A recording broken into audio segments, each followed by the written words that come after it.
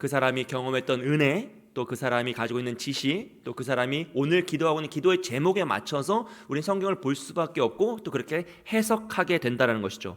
그래서 그 사람의 관점에 따라서 성경이 같은 내용인데 해석이 달라질 수 있다라는 것이에요.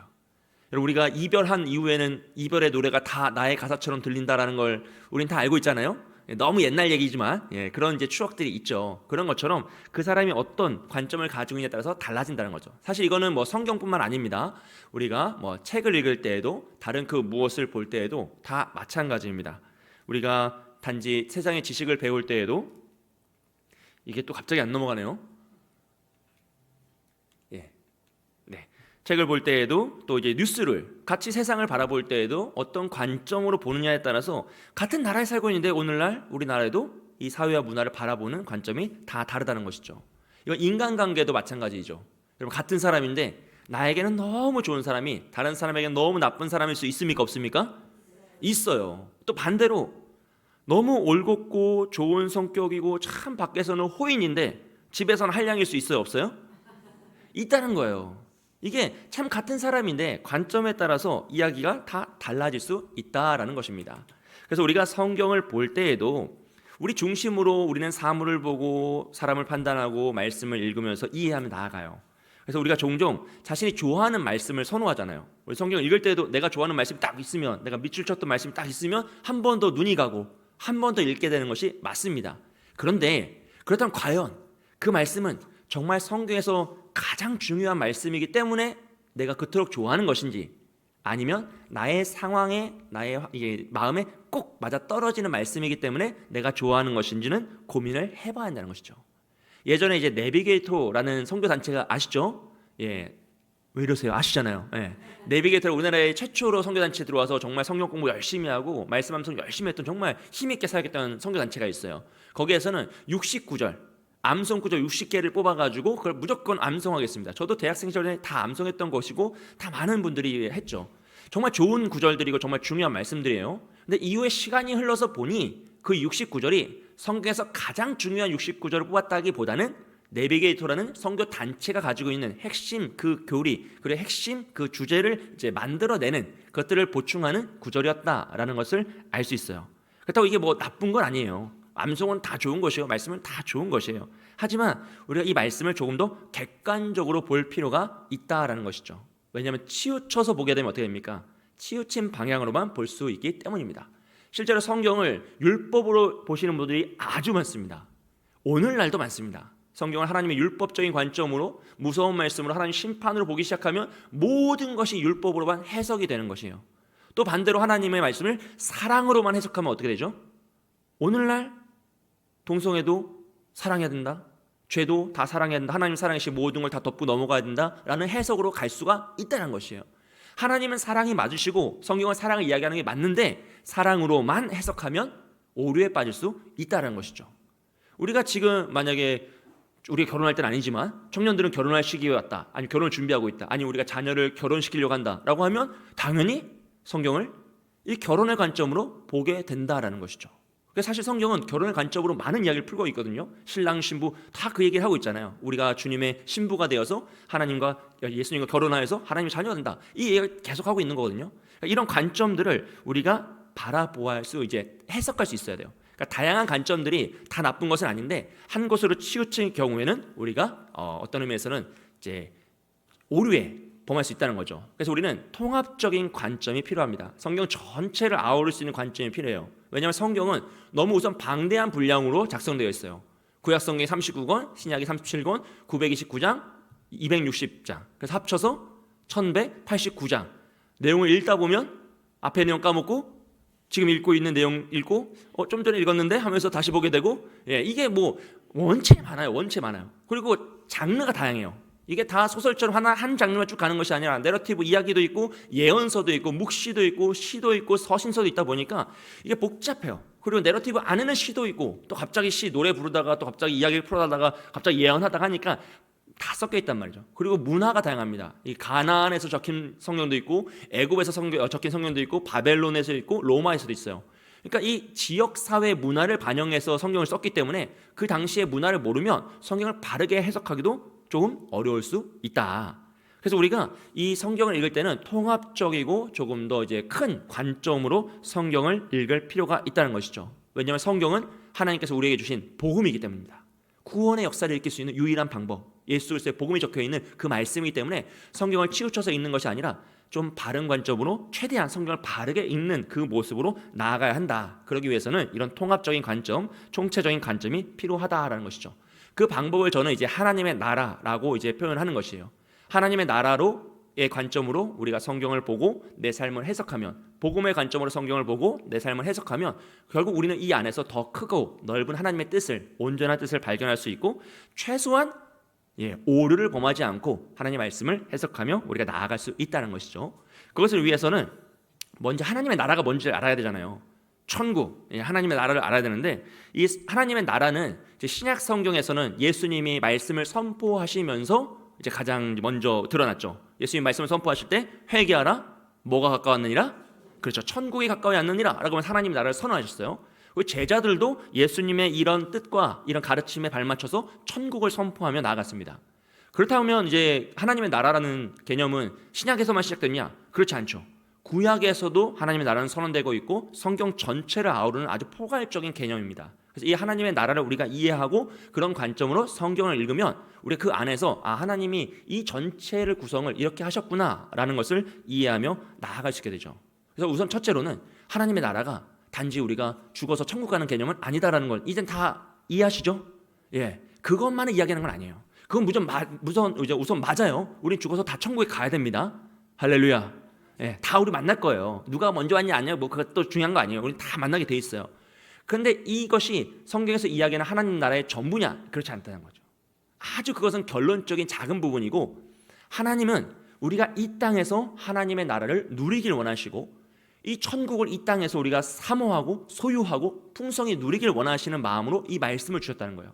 그래서 이 말씀을 읽을수록 우리 하나님의 나라를 깨닫게 되고 내가 살아가는 이 땅이 하나님의 나라로 변화되게 되고 그 능력을 경험하며 살아갈 수 있다라는 것을 이야기합니다. 그래서 예수님이 전하신 이 복음, 우리가 이 땅에서 하나님의 나라를 누리며 살아가는 모든 것들을 포함하는데 이 하나님의 나라를 우리가 이해하기 위해서는 조금 더 쉽게 이해하기 위해서는 이 세상에서 사용하는 나라의 개념을 이해할 필요가 있어요. 이 세상에서 나라는 이제 세 가지 주요 요소가 필요합니다. 국민, 영토, 주권이죠. 이건 다 사회 시간에 배우셨던 내용이잖아요. 우리 국민학교 때 다 배웠던 거잖아요. 할렐루야. 그래서 국민, 영토, 주권 있어야 하는데 그럼 하나님의 나라는 무엇이냐라고 하면 하나님의 나라는 백성, 땅, 하나님의 주권이 이루어질 때 하나님의 나라가 이루어지는 거죠. 마찬가지입니다. 이 세상에서 나라의 구성 요소와 동일하게 하나님께서는 이 땅에서 우리 국민, 백성, 그리고 영토, 땅, 그리고 주권, 하나님의 주권이 이루어질 때 하나님의 나라가 이루어지고 그 능력이 현실화되죠. 만약 이 세 개 중에 하나라도 없으면 어떻게 되죠? 이루어질 수가 없어요. 또 이 백성, 땅, 주권을 오늘 신약 시대로 변화시키고 오늘 우리의 삶으로 변화시키면 이런 모습이죠. 신약 시대는 이스라엘, 민족, 그리고 오늘로 따지면 백성이 성도, 우리 교회들이죠. 그리고 영토는 가나안 땅이라는 특정된 지역이었지만 이제 오늘 이 시대는 삶의 터전 전체입니다.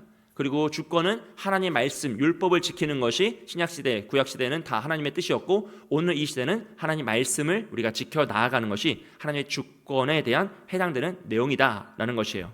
그래서 이것 중에 하나라도 없으면 나라가 이루어질 수가 없습니다. 실제 우리나라는 일제강점기 때 국민이 그대로 있었고 영토가 그대로 있었지만 주권이 없었죠.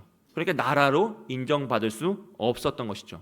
그래서 이준 열사가 헤이그 평화 조약의 이제 회의에 참석하고 싶었는데 나라가 아니었기 때문에 외교관을 인정받아서 참석을 할 수 없었던 거죠.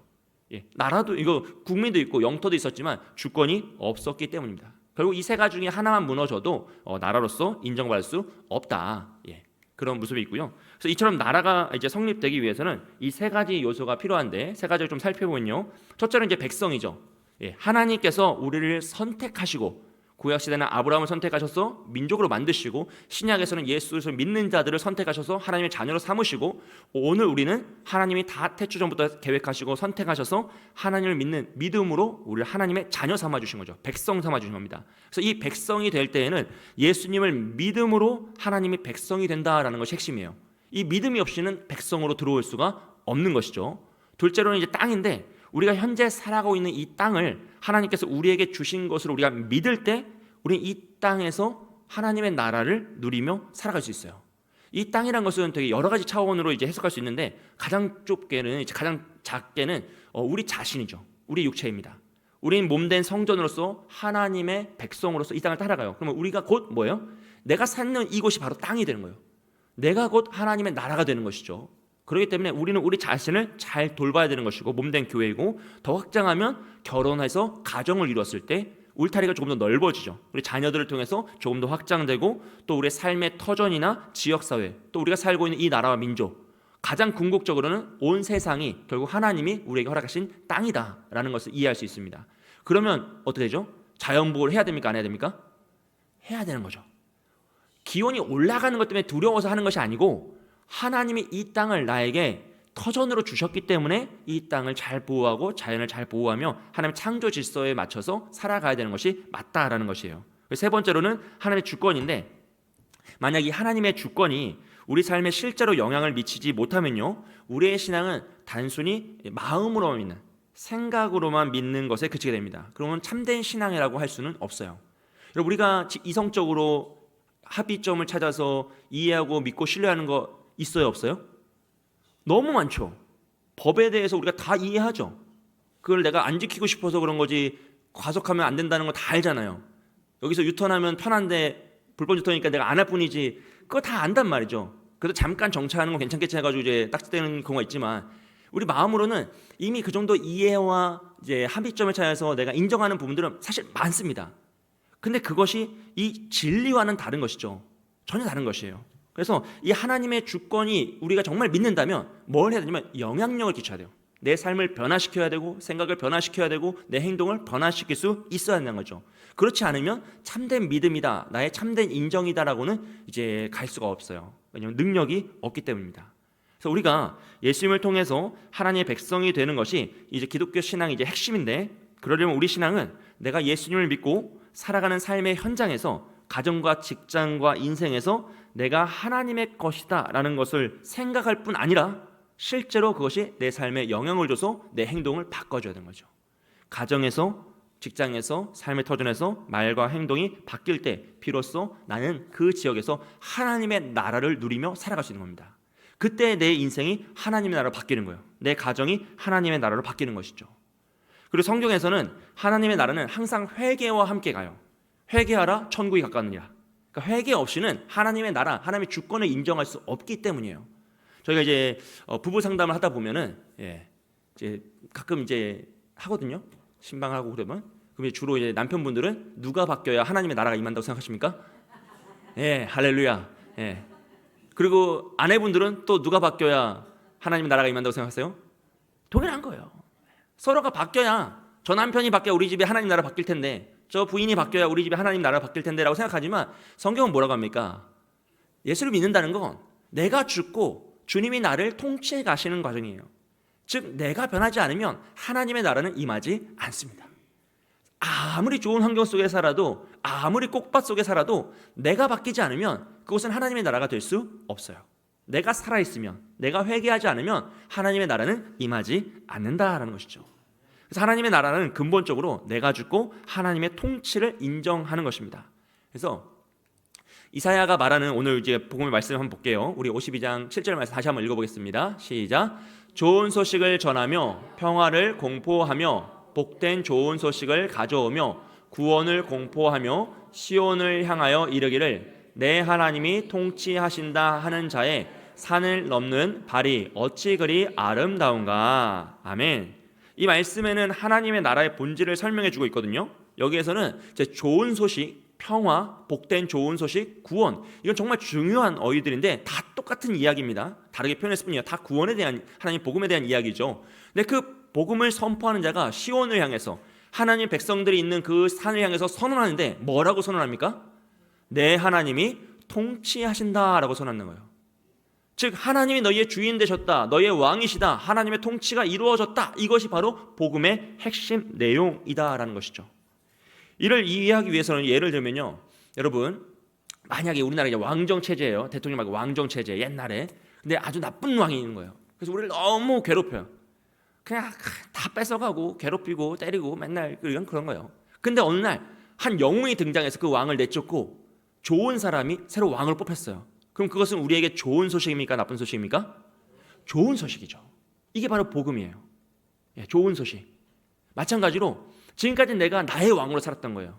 내가 주인 되어서 나의 왕으로 살았는데 그 나의 왕으로 사는 것이 얼마나 비참한 결과에 초래하는지, 얼마나 그것이 해결되지 않는 문제 속에서 늘 끙끙거리며 사는 것인지 우리 스스로 깨닫게 된 거예요. 그래서 이제 내가 내 왕됨을 포기하고 참된 하나님이심을 나의 왕으로 세우는 거예요.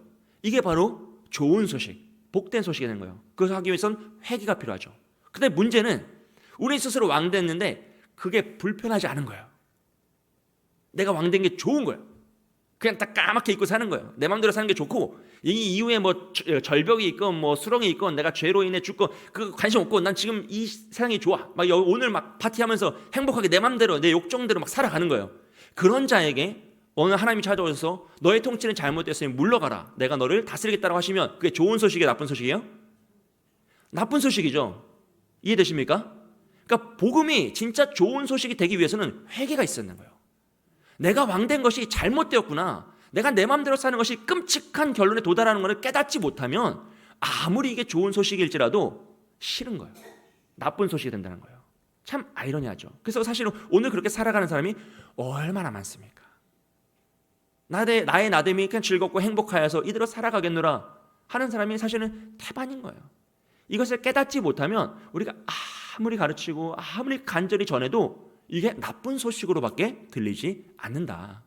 내가 오히려 넘어지고 무너져서 나로는 할 수 없구나를 깨닫는 그 순간이 나에게 진짜 도움을 주는 참된 왕이 필요하구나. 그때 이 소식이 좋은 소식이 되는 거죠. 제가 오늘 예배 1부에 마치고 만난 그 성도님도 마찬가지죠. 어머니가 어떤 면에서 돌아가신 이후에서야 어머니의 그늘이 보이기 시작한 거예요. 어머니의 기도에 그 도움이 느껴졌고 그 돌봄이 얼마나 큰지를 깨닫게 되니 나로서는 이 아이들을 다 키울 수 없구나, 나에게 누군가 필요하구나라는 걸 깨닫고 성경을 읽고 하나님을 만나게 되신 거죠. 그걸 그때에서야 비로소 이 복음이 우리에게 참된 좋은 소식을 다가오는 겁니다. 그래서 우리는 이 회개하지 않으면 주인을 주인으로 삼을 수가 없어요. 왜냐하면 여전히 내가 주인으로 살아가기 때문이다라는 것이죠. 그래서 회개를 할므로 회개를 통해서만 우리는 나아갈 수 있다라는 것을 알 수 있습니다. 이런 하나님의 관점으로 성경을 나누면 이제 크게 세 가지로 나누어요. 성경은 이제 하나님의 나라로 이제 구성으로 보면 창세기 1장부터 11장까지 최초 인류의 역사를 이야기합니다. 그래서 하나님께서 우리를 창조하셨지만 인간이 선악과를 따먹고 이제 세상에 나아가서 모든 세상을 타락시키는 그 변질된 세상의 이야기죠. 근데 그 창세기 2장 15절 17절을 말씀 보시면 에덴 동산에서 하나님이 처음 사람을 만드시고 이 창조에 대한 이야기를 선언하실 때 이 하나님 나라에 대한 요소가 다 나오고 있어요. 말씀 보시면 여호와 하나님이 그 누구를요? 사람을, 이제 백성이죠, 이끌어 어디에요?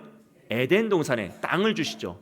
그것을 경작하고 지키게 하시고 여호와 하나님이 그 사람에 명하여 이르시되 동산 각종 나무의 열매는 내가 임의로 먹되 뭘 먹지 말라고요? 선악을 알게 하는 나무의 열매를 먹지 말라. 주권, 하나님의 약속을 주시죠.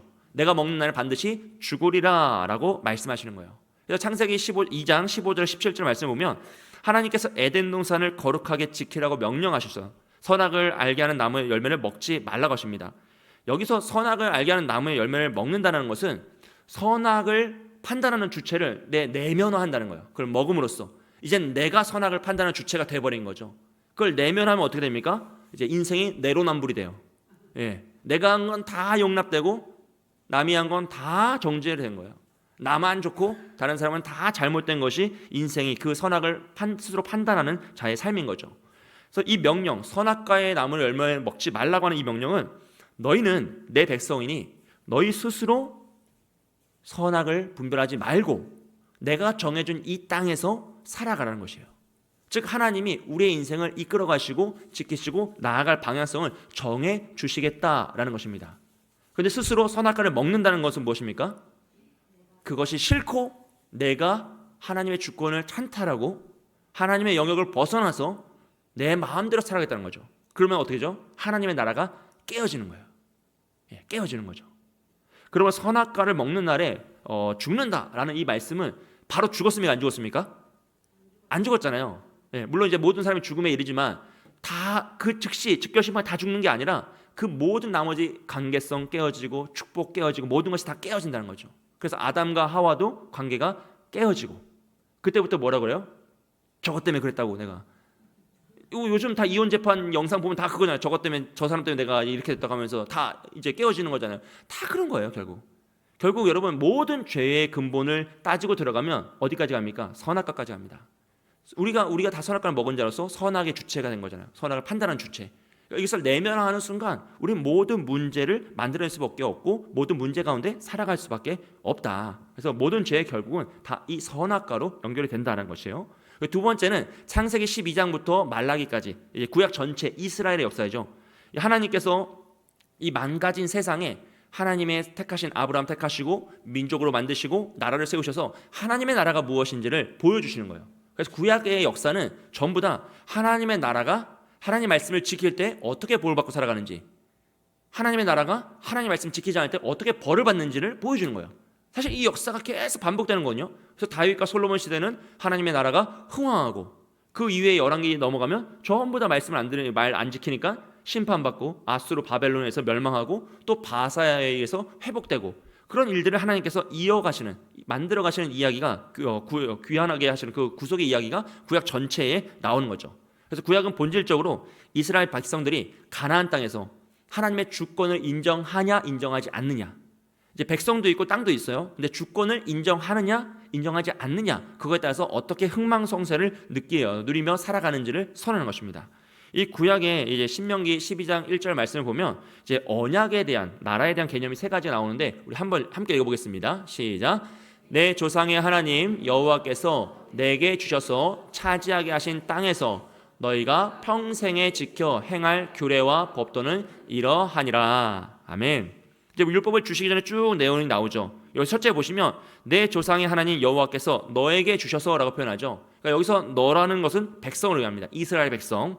그리고 둘째로 차지하게 하실 땅, 가나안 땅을 약속하시는 거죠. 약속의 땅 가나안, 땅을 주셨어요. 백성을 부르시고 땅을 주셨어요. 그리고 하나님 원하시는 것은 너희가 평생 지켜 행할 규례와 법도를 하나님이 줄 거니 이것을 지키라는 것이에요. 구약의 율법은 기원전 이제 BC 한 1500년경에 중동 팔레스타인이라는 지역에서 주어진 거예요. 그렇기 때문에 그 동네의 문화, 관습을 벗어나지 않습니다. 그 관습을 반영하여서 이 통치의 문화를 주신 거거든요. 그래서 인류의 이스라엘 역사를 쭉 살펴보는 것은 결국 이 언약을 지키느냐 안 지키느냐에 따라서, 약속을 지키느냐 안 지키느냐에 따라서 축복을 받기도 하고 벌을 받기도 하는 역사가 이어지더라. 이것이 구약 전체에 대한 이야기다라는 거죠. 그러니까 1장부터 11장까지는 하나님께서 최초로 세우신 하나님 나라의 개념을 보여주시고, 이제 12장부터 구약 전체까지는 이스라엘의 나라를 통해서 하나님의 나라가 어떻게 이루어지는지, 또 어떻게 흥왕하고 어떻게 망하는지를 보여주는 것이고, 세 번째로는 신약 전체이죠. 마태복음부터 이제 전체 말라기, 요한계시록까지인데 이 신약의 이야기를 넘으면 모든 민족을 대상으로 한 복음의 역사가 나타납니다. 우리 마태복음 28장 18절 20절 말씀 함께 했습니다. 예수께서 나와 말씀하여 이르시되 하늘과 땅의 모든 권세를 내게 주셨으니 그러므로 너희는 가서 모든 민족을 제자로 삼아 아버지와 성령의 이름으로 세례를 베풀고 내가 너희에게 본부한 모든 것을 가르쳐 지키게 하라. 볼지어다 내가 세상 끝날까지 너희와 항상 함께 있으리라 하시니라. 아멘. 이는 하나님의 원래 계획이 결국 이스라엘이라는 한 민족에 있는 것이 아니라 모든 민족에게 있다라는 것을 선언하면서 이제 온 인류의 구원회로 이제 확장되는 사건이에요. 하나님께서는 최초의 인류가 하나님의 말씀을 어겼을 때 한 민족을 통해 상징화하셔서 이스라엘 민족을 통해서 말씀하시지만 이제는 예수님을 통하여서 온 인류의 구원으로 나아가게 합니다. 정말 어떤 학문보다도 정교하게 이제 구원의 계획들이 다 성취되고 있는 것이거든요. 여기에 보시면 너희는 제자들이죠. 그리고 모든 민족 무엇입니까? 땅이죠. 뻗어 나가는 거죠. 모든 온 세상, 그리고 그들에게 뭘 지키라고요? 세례를 베풀고 내가 너에게 분부한 모든 것을 가르쳐 지키게 하라. 하나님 말씀을 지키게 하는 거죠. 하나님 주권을 지키게 하라라고 하면서 하나님 나라에 대한 관점으로 이제 세상을 풀어나가는 모습을 보여주십니다. 그리고 이런 하나님 나라의 관점으로 우리가 이해할 때 결국 성경이 우리에게 요구하는 삶이란 것은 무엇이냐? 우리 흰색 글씨와 함께 읽어보겠습니다. 시작. 하나님이 우리의 삶의 주인이시고 우리는 그분의 백성임을 인정하고 하나님이 주신 삶의 영역에서 하나님의 주권을 확립하며 하나님 나라를 확장하는 것이다 라고 할 수 있는 거죠. 할렐루야. 우선 하나님이 나의 주인 되심을 인정하고 나는 그분의 백성임을 나아가는 거예요. 그럼 나의 백성됨이 나오고 하나님이 주신 삶의 영역, 그 우리의 있는 그 땅에서 하나님의 주권을 확립하는 거죠. 인정하며 성취를 누리는 거죠. 주권을 이제 믿음대로 살아가는 것입니다. 그러면 하나님의 나라가 우리의 삶에서 확장된다는 것이에요. 즉 이 땅에서 하나님의 주권과 사탄의 유혹 사이에서 벌어지는 영적 전쟁에서 승리하는 것이죠. 누가 왕이냐의 싸움이에요, 여러분. 우리 마음속에서 내가 왕이냐 하나님 왕이냐 그 싸움을 계속 싸우는 것이 결국 사탄은 우리에게 너 스스로 왕이다라고 이야기하는 것이고 하나님은 하나님 왕이시다라는 것을 주장하고 계시는 거예요. 그 싸움에서 우리가 하나님의 왕 되심을 인정하고 정말 그대로 살아갈 때 우리는 하나님의 나라를 누리면서 하나님 나라의 관점을 가지고 이 세상을 온전히 살아갈 수 있노라라는 것을 이야기합니다. 이 하나님의 나라는 우리에게 아까도 말씀 살펴보았듯이 언약으로 주어졌어요. 약속으로 다 주어졌죠. 그래서 이 언약의 구조가 하나님의 나라의 구조와 매우 흡사하고 이제 사실은 동일한 구조를 가지고 있습니다. 그래서 우리가 언약을 이제 잘 이해하면 언약이 무엇인가 또 언약을 통해 하나님이 무엇을 원하시는가를 보면 결국 다 하나님의 나라를 이루고자 하시는 하나님의 뜻이 선언되고 있다는 것이죠. 이 언약의 구조는 창세기 21장에서 아브라함과 아비멜렉의 언약을 통해서 이제 살펴볼 수 있는데요. 사실 모든 언약의 구조가 다 비슷해요. 보시면 아비멜렉은 이제 군대 장관 비골과 이제 원주민이에요. 원주민 그 동네에 살고 있던 사람이고 아브라함은 이방인이었습니다. 근데 아브라함이 와서 이방인이 와서 우물 파고 짐승 키우면서 잘 살아버리니까 이게 못 살면 괜찮아요. 이해되시죠? 그냥 못 살면 그냥 그러냐 넘어가겠네. 얘가 너무 잘 사는 거예요. 그러니까 이 원주민들이 좋아요, 안 좋아요? 안 좋아하죠. 눈에 가시가 됐어요. 그래서 아브라함 우물 다 메꿔버리고 그를 쫓아내버리니까 나중에 문제가 된 거죠. 그런데 또 아비멜렉이 보니까 이 아브라함이라는 사람은 보통 사람이 아니에요. 하나님과 함께 하시고 그리고 하나님이 축복하시는 장면을 보니 이 사람과는 우리가 하나 되어야겠구나, 친밀한 관계를 맺어야겠구나 해서 언약을 맺습니다. 그런 상황에서 서로 언약을 맺는데 언약은 일종의 그 쌍방간의 맹세로 지어지는 거죠. 그래서 서로가 지켜야 할 약속을 의미해요. 이 언약을 세울 때는 이제 세 가지 요소가 필요합니다. 선택, 선물, 조건이에요. 선택은 이제 새로운 관계가 형성되는 것인데 아비멜렉이 아브라함을 선택하죠. 언약을 맺을 자로. 왜요? 그가 하나님이 함께 하시는 사람이니까. 다른 사람이면 안 하는 거예요. 아비멜렉은 한 나라의 왕이었기 때문에 괜히 그런 이방인들과 언약을 맺지 않습니다. 그런데 그가 특별한 사람이기 때문에 그를 선택해서 새로운 관계성으로 나아가는 것이죠. 마치 신랑이 신부를 선택하여 부부라는 새로운 관계로 나아가는 것처럼 하나님 안에서 그들이 하나 되는 그 결혼을 하는 관계를 맺는 것처럼 지금 아비멜렉이 아브라함을 찾아와서 선택하여서 새로운 관계를 맺는 거예요. 그리고 두 번째로 이제 선물을 교환해요. 언약을 맺을 때는 원래 고대 근동에서는 진짜 선물을 줘요. 근데 선물은 누가 주냐면 강자가 약자에게 줍니다. 약자가 강자에게 바치는 게 아니라 언약은 강자가 약자에게 줘요. 그래서 나라도 큰 나라 왕이 작은 나라 왕에게 뭘 주죠? 영토를 주죠. 너 거기 다스려. 내가 너 그 땅 너 줄게. 대신 누구의 뜻대로 다스려? 내 뜻대로 다스려. 우리나라의 법을 지키며 다스려. 그럼 너는 속국이지만 그것서 왕으로 살 수 있어. 속국의 그 대표로 살 수 있어 라면서 선물을 준단 말이죠. 근데 여기 말씀해 보시면 누가 누구에게 선물을 주죠? 아브라함이 아비멜렉에게 따로 구별하여서 암양 새끼 7을 줍니다. 이것은 우물을 판 값이니 내 우물이 다 내 것이라는 증거니 너 이거 가져가서 따로 이제 챙겨라 하면서 암양을 따로 주죠. 그때부터 이제 아브라함은 이제 아비멜렉이 사실 세상적으로 더 큰 자예요. 더 강자고 나라의 왕이고. 하지만 영적인 구도 속에서는 아브라함이 더 강자이고 그 약자인 아비멜렉에게 선물을 주면서 언약을 맺어가는 것이죠. 그리고 세 번째로는 이 언약에 지켜야 할 조건이 있어요. 쌍방간에 서로 지켜야 할 조건을 제시하는데 아비멜렉은 더 이상 아브라함의 우물을 메우지 않고 아브라함은 아비멜렉과 서로 친밀한 관계로 서로 소통하면서 맺어간다라는 그런 이제 언약을 맺는 거죠. 이로 인해서 브엘세바 그 맹세의 우물이라는 지역이 생겨나기도 합니다.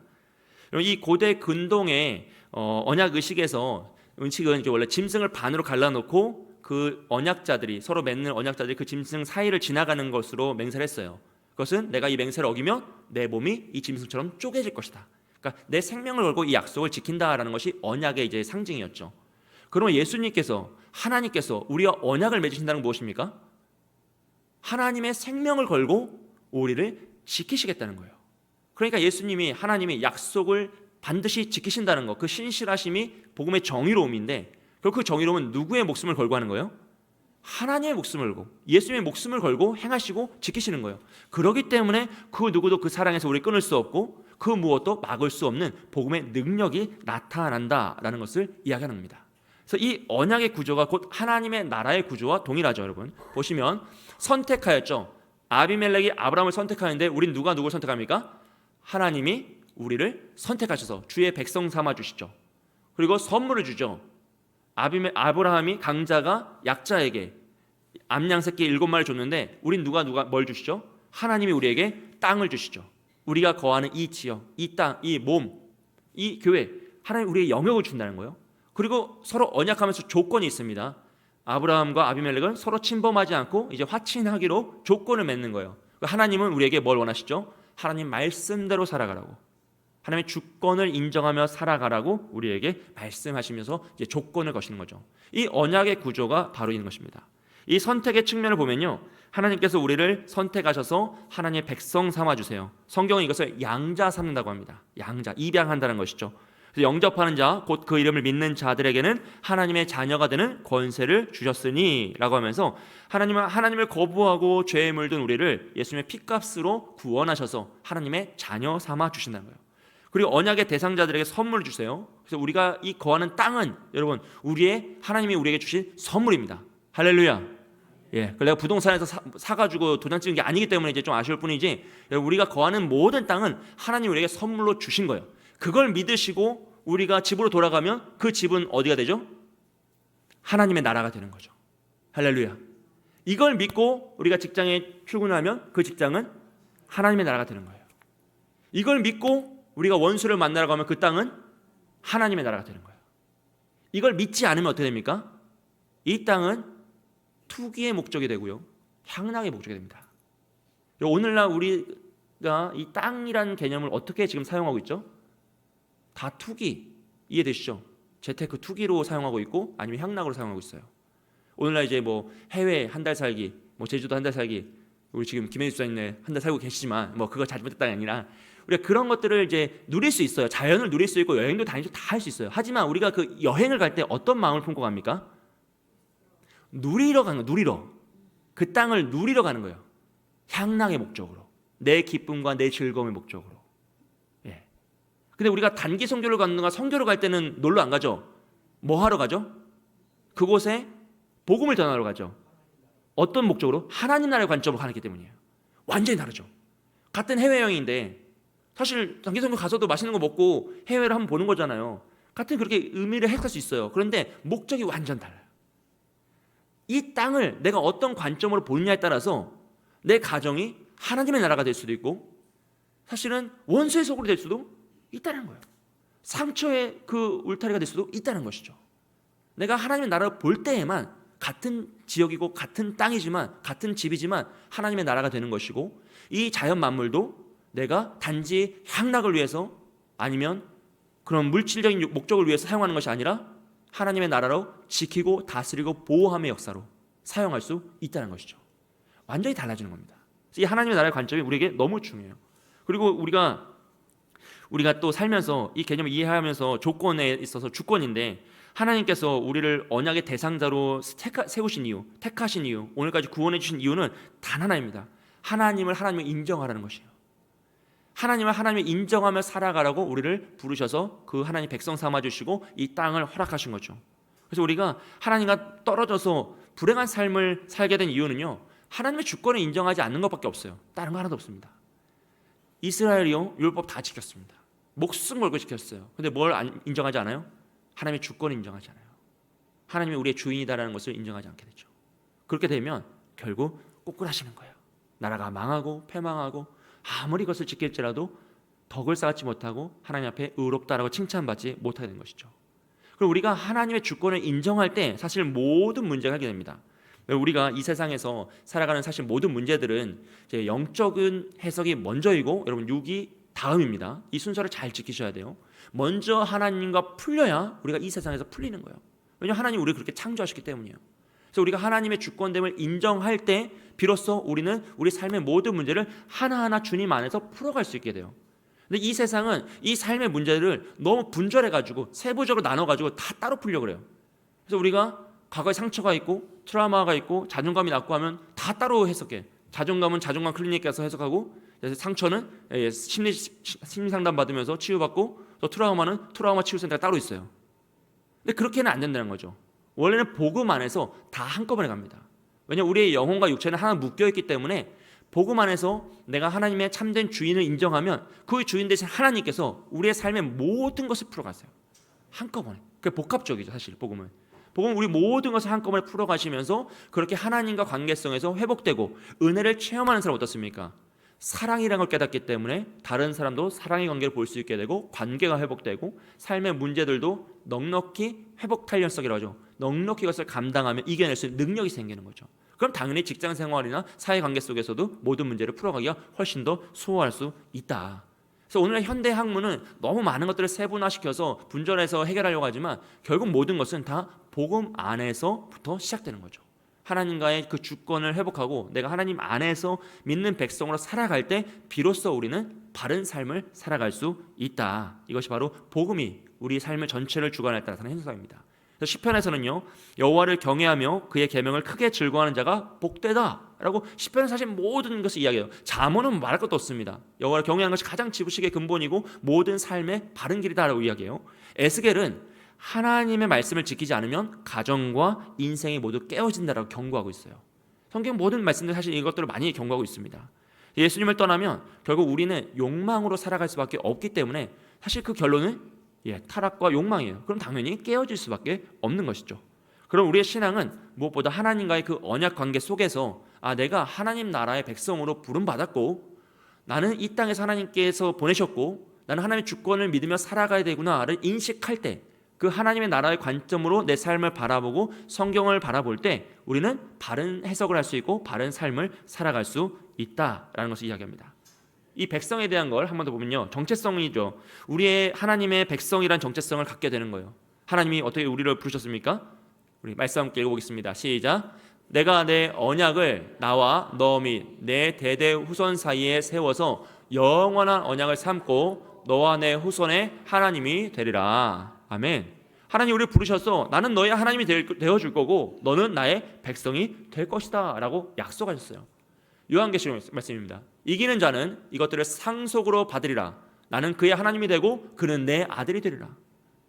이기는 자, 오늘 로마서 남는 자, 이사야 말씀 남는 자, 결국 말씀으로 버텨내고 하나님 믿고 끝까지 의지하는 자는 하나님이 그의 하나님이 되어주시고 우리는 그의 자녀, 아들과 딸이 된다라는 것이죠.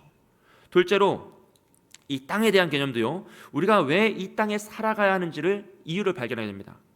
여러분, 하나님께서 왜 우리를 이 땅에 보내셨습니까? 잘 살아가라고 보내신 거예요. 그래서 우리가 아프리카에서 안 태어나고 한국에서 태어난 거예요. 그것도 우리가 강남에 살고 있는 거예요. 왜요? 이 땅에서 잘 살아가는 거예요. 그럼 이 땅이 나에게 뭐가 됩니까? 하나님이 보내신 선교지가 되는 거죠. 하나님이 보내신 그 터가 되는 거예요. 그걸 이해할 때 우리는 이 땅을 바르게 이해하고 하나님의 나라로 살아갈 수 있다라는 것이죠. 창세기 15장 18절 말씀 함께 있습니다. 시작. 그날에 여호와께서 아브람과 더불어 언약을 세워 이르시되 내가 이 땅을 애굽 강에서부터 그 큰 강 유브라데까지 내 자손에게 주노니. 아멘. 하나님이 땅을 약속하시잖아요. 하나님이 우리에게 이 땅을 약속하신 거죠. 우리의 가정을 약속하신 거고 우리 자녀들을 약속하신 거고 우리 이 터전을 약속하신 거고 우리가 살아가는 이웃들과 이 모든 환경을 약속하신 거예요. 하나님이 주신 거죠. 하나님의 땅으로서 온유한 자에게 땅을 주시는 그 하나님의 약속인 거죠. 온유한 자는 복이 있나니 그들이 땅을 기업으로 받을 것이며. 결국 하나님께서 우리에게 이 땅을 허락하셨다면 우리가 이 땅에 내가 왜 살아가야 되는가 이유가 명확해지죠. 하나님이 나를 여기로 보내셨구나. 개인의 상황과 능력과 환경에 상관없이 하나님 나를 여기로 보내셨구나. 그래 나는 하나님을 의지하며 살아가겠노라가 되는 겁니다. 마지막으로 가장 중요한 주권입니다. 백성과 땅은 우리가 어떤 의미에서는 노력하지 않아도 유지할 수 있어요. 갑자기 내가 예수 잘 안 믿으면 땅을 뺏기시면 잘 않잖아요. 갑자기 하나님이 나를 버리셔가지고 그 사람 끊어내가지고 나를 외면치 않으신단 말이에요. 그런데 주권은 우리가 매일 우리 마음속에 싸워야 돼요. 내가 왕된 것을 내려놓고 하나님 왕되심을 인정할 때 우리는 비로소 내가 백성됨 이 땅의 의미도 바르게 해석하며 살아갈 수 있게 되는 것이죠.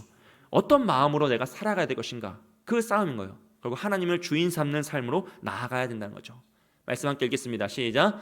내가 그로 그 자식과 건속에게 명하여 여호와의 도를 지켜 의와 공도를 행하게 하려고 그를 택하였나니 이는 나 여호와가 아브라함에게 대하여 말한 일을 이루려 함이라. 아멘.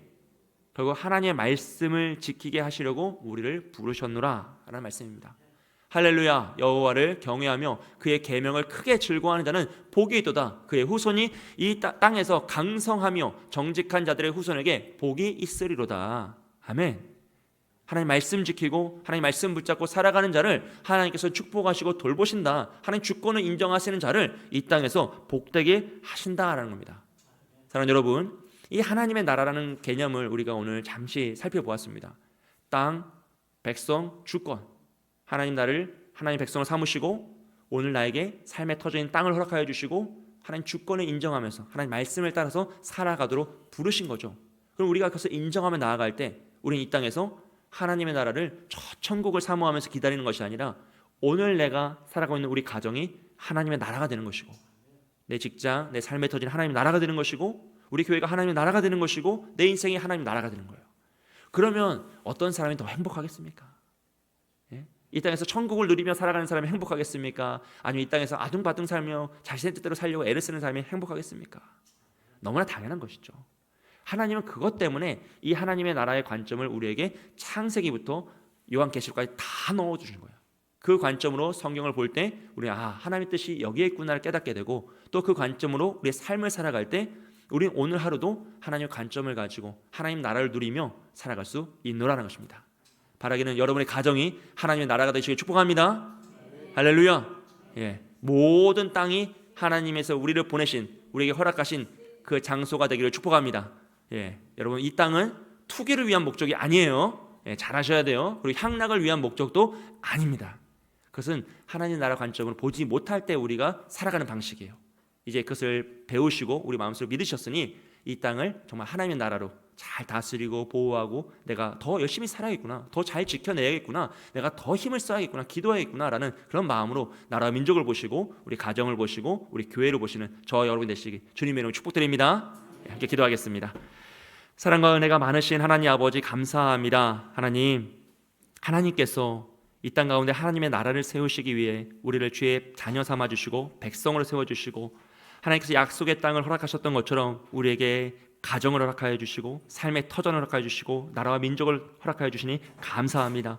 하나님 그곳에서 우리가 하나님의 말씀을 지키며 하나님의 주권을 인정하는 하나님의 백성으로 살아가길 소원합니다. 그래서 우리의 가정이 하나님의 나라가 되게 하여 주시고 우리의 삶의 터전이 하나님의 나라가 되어서 우리가 파송받은 자로서 하나님의 나라 가운데 더 멋진 삶을 통하여 하나님의 영광을 드러내게 하여 주시고 복음을 선포하게 하여 주시고 하나님의 사랑을 실천하는 우리 모두가 될 수 있도록 도와주시옵소서. 하나님 우리의 가정들이 다 하나님의 나라가 되기를 소원하오니 주님께 찾아가 만나주시고 무엇보다 믿지 않는 구성원들에게 은혜를 허락하여 주셔서 그들도 예수 믿고 구원받는 놀라운 역사가 되어 함께 주님의 나라를 위해서 살아가는 모든 자녀 될 수 있도록 축복하여 주옵소서. 하나님 오늘도 오후 예배로 주님께 영광 올려드립니다. 주님 우리가 매주 주일을 지킬 때마다 주의 영광을 바라보게 하여 주시고 이렇게 예배 드리는 것이 하나님의 나라를 살아가는 것이오니 하나님 우리 삶을 통하여서 더욱더 온전한 삶을 살아가게 해 주시고 하나님의 나라의 그 놀라운 축복을 풍성히 누리는 우리 모두가 될 수 있도록 도와주시옵소서. 주님께서 언제나 함께 하실 걸 믿사오며 감사드리며 예수님의 이름으로 기도합니다. 아멘.